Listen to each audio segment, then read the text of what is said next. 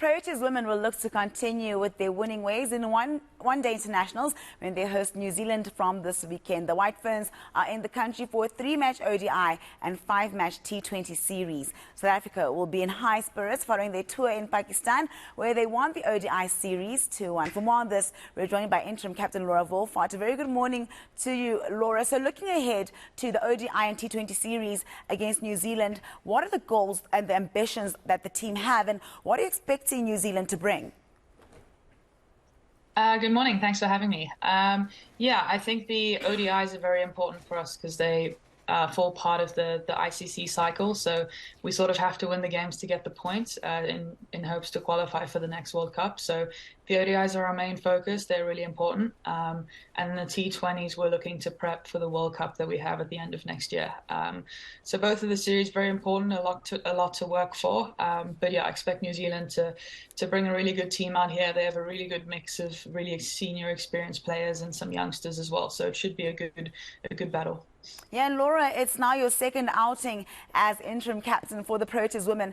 How much does this mean to you, knowing that you are, given this honor of leading the team? What does it mean to you? Yeah, it's obviously a massive honor to be captain of my country. It still feels a bit weird, hasn't really sunk in yet. But yeah, it's such a privilege, and the group of girls that I get to lead as well makes it so much better. Just to know that I have such an amazing group of cricketers and have the opportunity that I have right now. Yeah, it's been an awesome experience. And you had a successful tour of Pakistan. How did that prepare you for this coming tour that New Zealand is doing on this side? How did that prepare you? And is it a bit of a mood booster and a confidence booster knowing that you just came from that successful tour? Yeah, I think obviously winning the ODIs, the ODI series was good. We'd lost the T20, so I was looking to do a lot better in the T20 series now against New Zealand. I think it was good to play a lot of cricket. Obviously, the conditions are very different. So we're taking a few days now here in Poch just to adapt, get back used to our home conditions, because up in Karachi, it was something that we hadn't experienced before. So yeah, but I think cricket is still cricket, and it was really good to get a lot of games in with the team. Yeah, speaking of cricket still being cricket, you are playing at 5 different venues beginning in Potchefstroom. How does the team adapt to different conditions moving from city to city? Yeah, I think that's the tricky part of this tour. I think in Pakistan we had all the games at one venue, whereas now we're playing at all of those different venues, which will take some adapting. They are all still in South Africa though, so hopefully they all play pretty similar. And yeah, but it's something that we'll have to adapt to. Day before the game will be really important, the sessions that we have, just to get used to the conditions, and we'll have to have a lot of chats about plans around the different conditions as well. So you mentioned that you didn't do too well in Pakistan when it comes to the T20 series. So what are the Proteas women doing right now to almost improve that and do better against New Zealand in the T20 series? Yeah, I think the T20s were all very close games. I think all of them came down to the last over. But I think the one thing that we felt was just our execution, I think, with the ball, and our fielding wasn't where it could have been throughout that series. So it did come right in the ODIs. So yeah, I think we'll just look to maintain that and maybe just revisit a couple of plans against a couple of batters now for the New Zealand T20s coming up.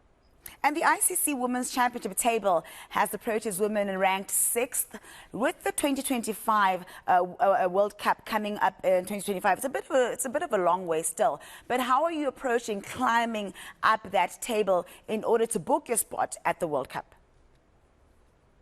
Yeah, it is a long way away, but I think it's very important to get those points while we can. I think, yeah, you don't want to be left in a situation where you have to win all of your remaining games in the last couple of months leading up to the World Cup. And we definitely don't want to be in a position where we have to maybe go to qualifiers either.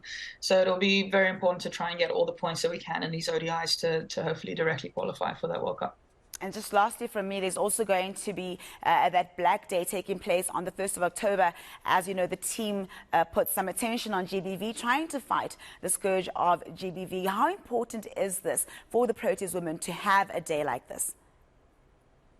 Yeah, it's very important for us. I think the men have their pink day for breast cancer awareness. So for us to also have our day for GBV awareness is really important.